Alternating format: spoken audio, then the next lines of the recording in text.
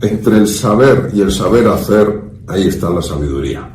Entonces, a nivel del conocimiento uno puede saber, pero no es suficiente conocerlo para comprenderlo. Para comprenderlo tienes que integrarlo en el cuerpo y para eso hay que tomar acción.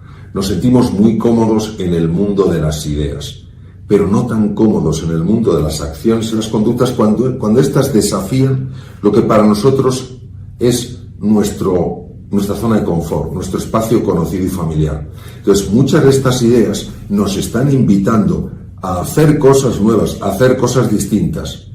Y como nosotros estamos tan aferrados a nuestra zona de confort, ese conocimiento no es suficiente, porque no se ha convertido en experiencia. Pero esto es curioso, es como el huevo y la gallina, que es antes. Nunca se convertirá en experiencia si no empezamos a dar pequeños pasos para explorar la manera en la que esas ideas funcionan en la realidad. Yo, por ejemplo, pues yo tenía como científico un gran rechazo a algunos aspectos del mindfulness porque venían del mundo budista. Entonces, no porque tuviera yo nada contra el mundo budista, sino porque era un mundo ajeno a mí y el mindfulness procede del budismo. Eso es reconocido globalmente. Pero recuerdo conforme empecé a avanzar en ese campo, cómo empecé a descubrir un mundo extraordinario, que no es un mundo de creencias religiosas, es un mundo de descubrimientos personales. Y por eso he tenido maestros budistas, he tenido maestros zen, he tenido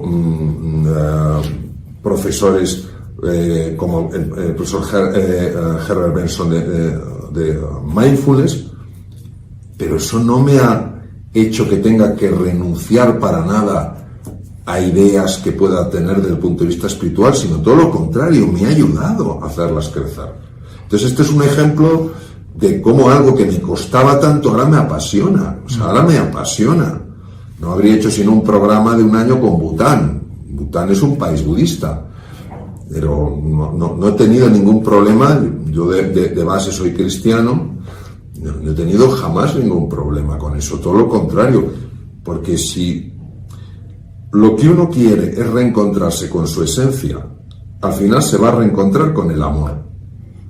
Y un cristianismo auténtico, un budismo auténtico, un sufismo, cualquier movimiento de este sentido, si no tiene su eje en el amor, no puede ayudar al ser humano a conectarse ni con lo más profundo que hay en su interior, ni con lo más profundo que hay en los demás, ni con el espíritu de la naturaleza. El mindfulness tiene un impacto a distintos niveles y cuando lo practicas te das cuenta de que es así. En primer lugar, genera calma. La quietud lleva una calma necesaria. Tenemos un enorme ruido mental. Y esa calma está asociada a un mejor funcionamiento del cerebro porque se activa una red que se llama la red ejecutiva central. La red ejecutiva central lo que hace es permitirnos entender mejor los contextos, tomar mejores decisiones. Por otra parte, la práctica del mindfulness reduce nuestro nivel del miedo, con lo cual es más fácil que busquemos el encuentro con otras personas, que busquemos la colaboración, que busquemos la cooperación. En tercer lugar, el mindfulness activa lo que se llama el sistema nervioso parasimpático. El sistema nervioso parasimpático es el que ha de proteger a nuestras células. Por eso favorece el funcionamiento del tubo digestivo, de la microbiota, favorece la coherencia cardíaca, que es un dato muy importante, por tanto, mejora la salud. Y en cuarto lugar, y esto es muy importante, hay una dimensión del mindfulness que no es simplemente el mindfulness para reducir el estrés, el mindfulness para mejorar la salud, el mindfulness para ser una persona más cercana.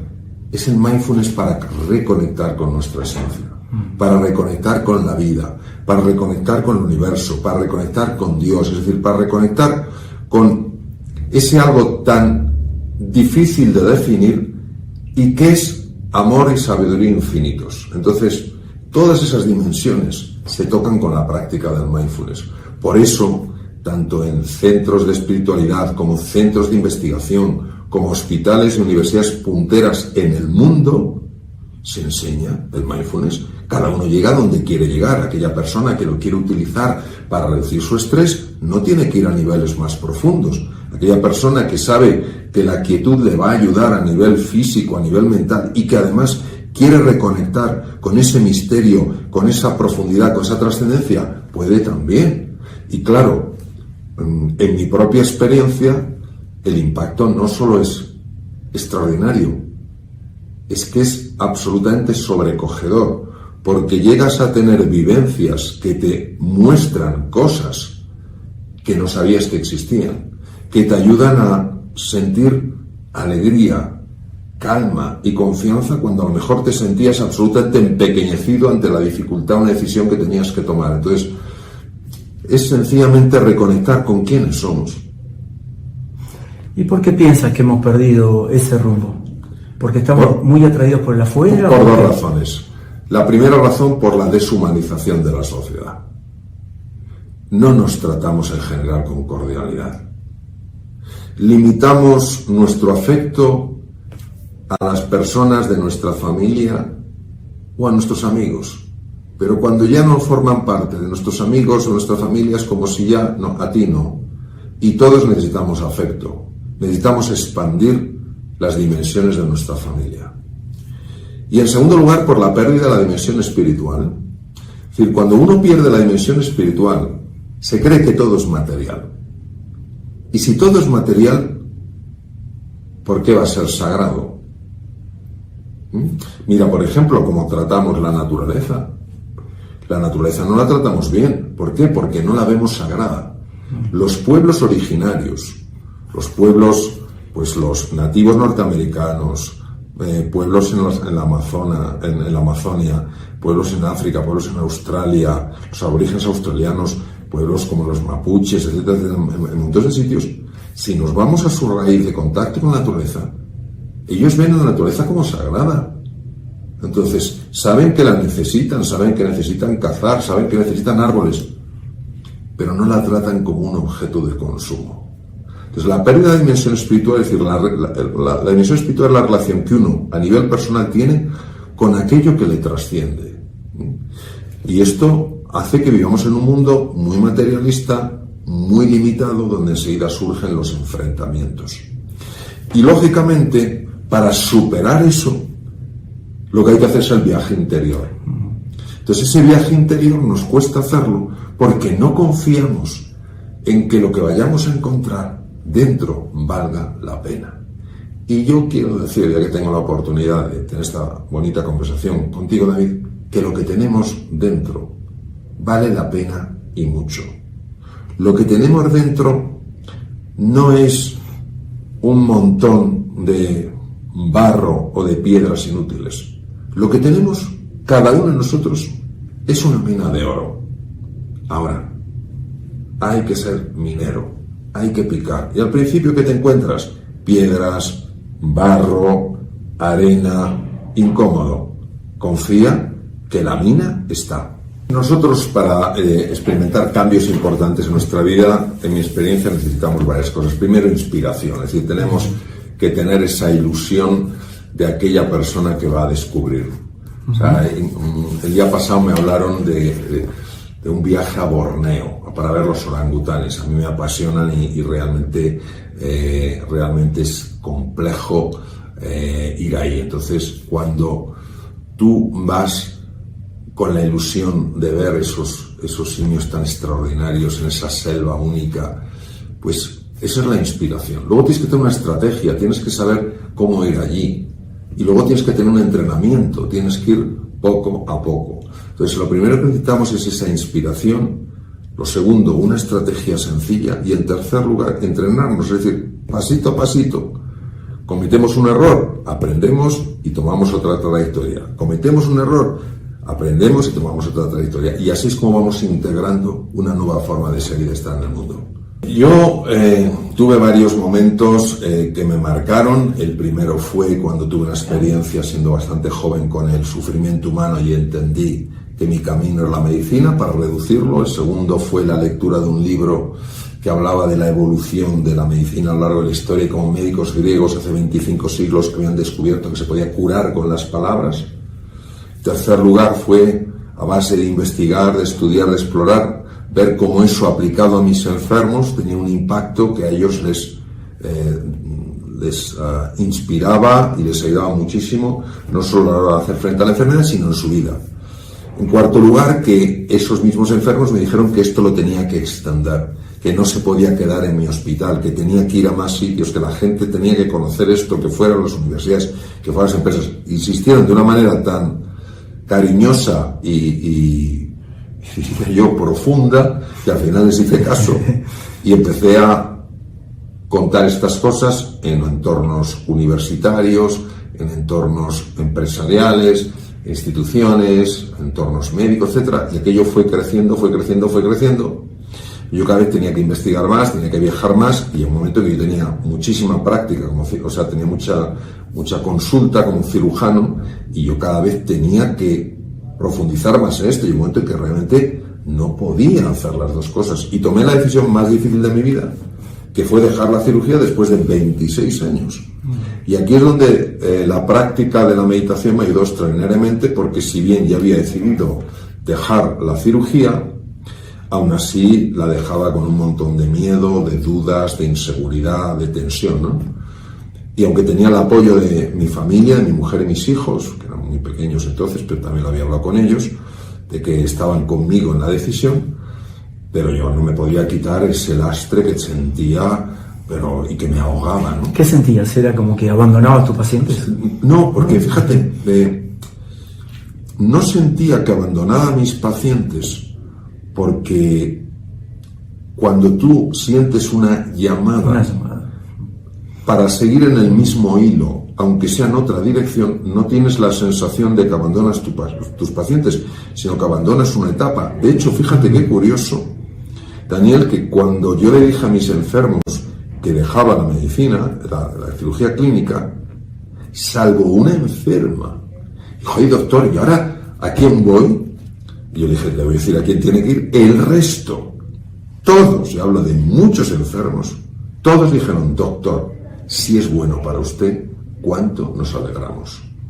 Entonces, lo que sí tenía era lo que sí terminaba era una etapa de mi vida, ¿no? Y la verdad es que lo que se abrió fue extraordinario. Entonces, en ese estado de meditación en el que entré, porque no sabía cómo quitarme la angustia, tuve una experiencia realmente profunda, muy, muy profunda, en la cual yo vi que el universo iba a estar a mi lado.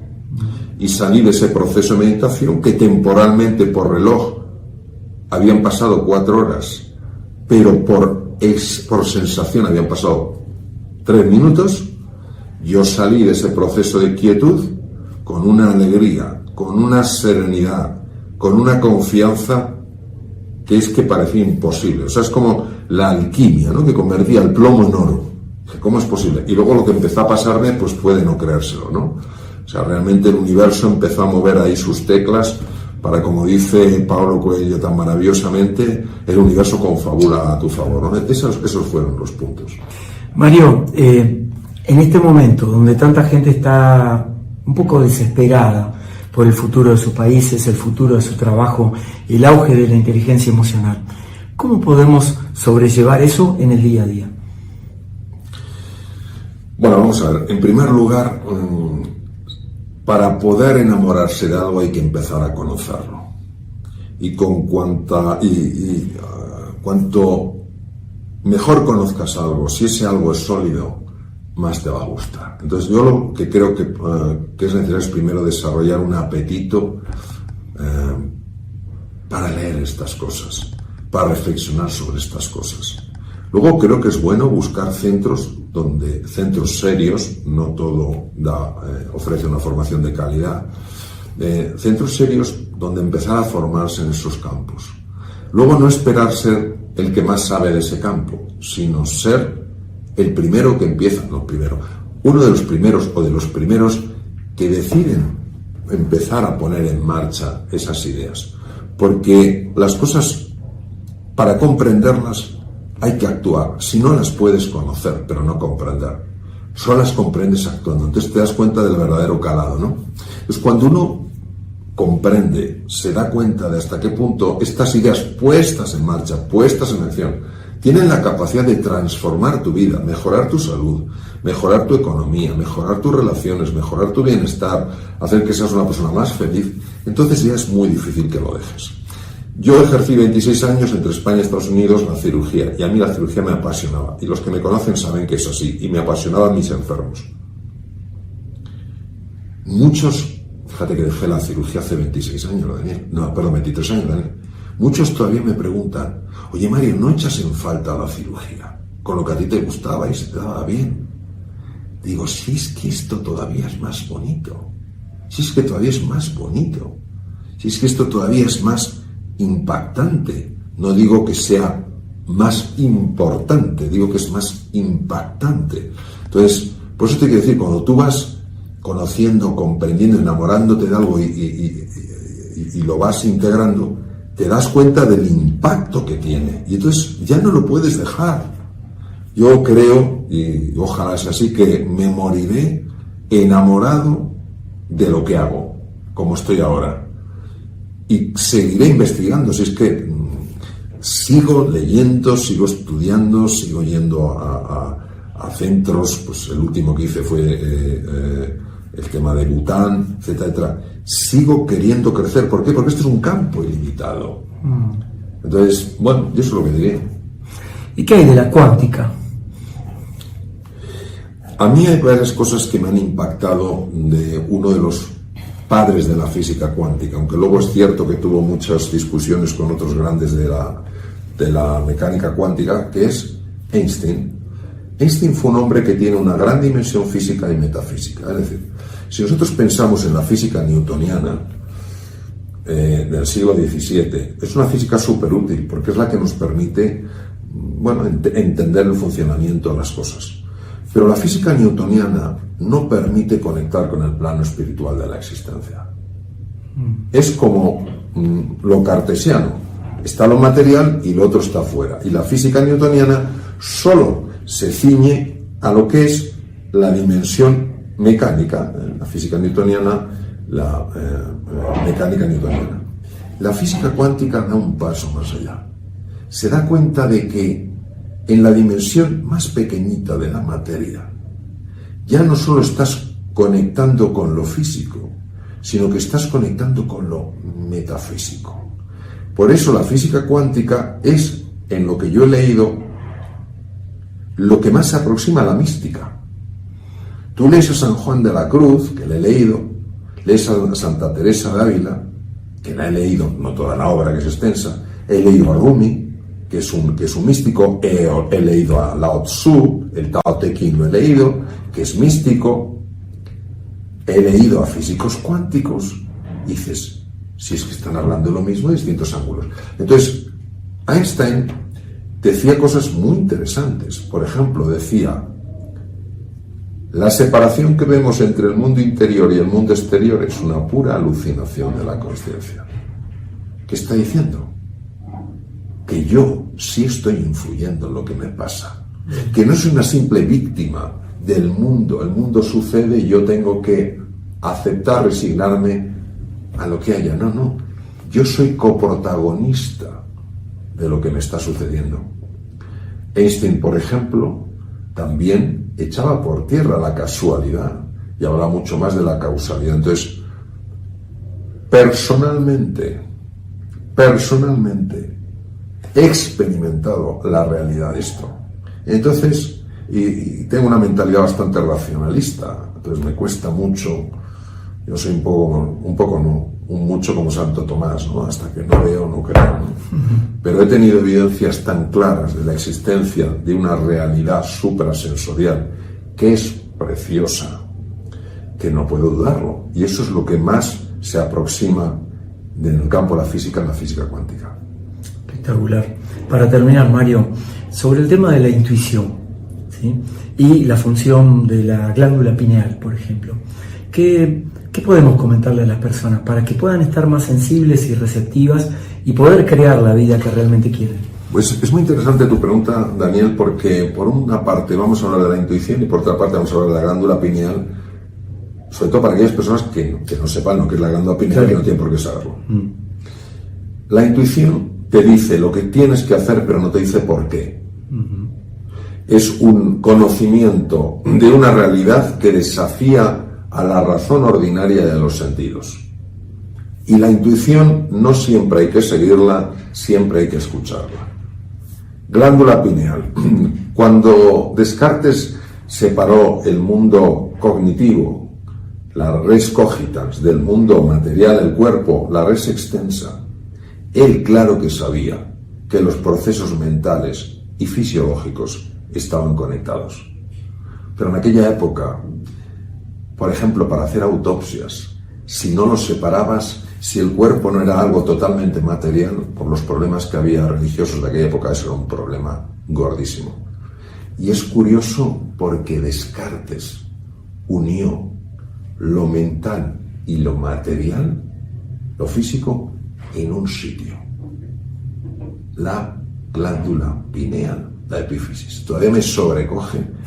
Es más, él hablaba del alma localizada ahí. Vamos a explicar lo que es la epífisis. La epífisis es una glándula en forma de piña, pero es muy pequeñita, que está en la región posterior del tronco del encéfalo. Los orientales localizarían ahí el tercer ojo. Y la glándula pineal es curioso porque es una glándula no solo que segrega melatonina, la melatonina es muy importante en los ritmos circadianos que tienen que ver con la luz solar, y la melatonina protege el cuerpo de un montón de problemas, el desarrollo de tumores, etc. Es que la melatonina también es capaz de liberar sustancias que son alucinógenas, de tal manera que pueden producir visiones de orden místico, visiones de orden suprasensorial. Entonces, Carl Gustav Jung, el gran psiquiatra suizo, hablaba de un inconsciente colectivo, decía de un saber de la humanidad acumulado, y que de alguna manera puede producirse un downloading, es decir, como con el ordenador pones download y te descarga un programa, y esa información podría ser descargada. Nosotros sabemos que, por la investigación que se ha hecho, sobre todo en la Johns Hopkins, en Baltimore, los mejores hospitales del mundo, que las sustancias alucinógenas, en estudios bien controlados, en estudios bien monitorizados y bien supervisados por personal médico, abren canales de serotonina en el cerebro. Esos canales de serotonina están asociados con experiencias místicas. Entonces, de alguna manera, hay intuiciones que son intuiciones de cosas que has vivido y que realmente no recuerdas, pero que en un momento determinado tu cerebro sí recuerda y te la suelta, pero como está en el inconsciente, no sabes de dónde viene. Hay intuiciones que probablemente vengan de ese inconsciente colectivo junguiano. Entonces, no es que sea una experiencia tuya, pero es una experiencia de la humanidad. Y hay intuiciones, las más profundas, que puedan ser un downloading del universo y que estén asociadas a esta apertura de canales de serotonina. Y recordemos que estas sustancias que se investigan en medicina, puede alguna de ellas ser segregada por la glándula epífisis.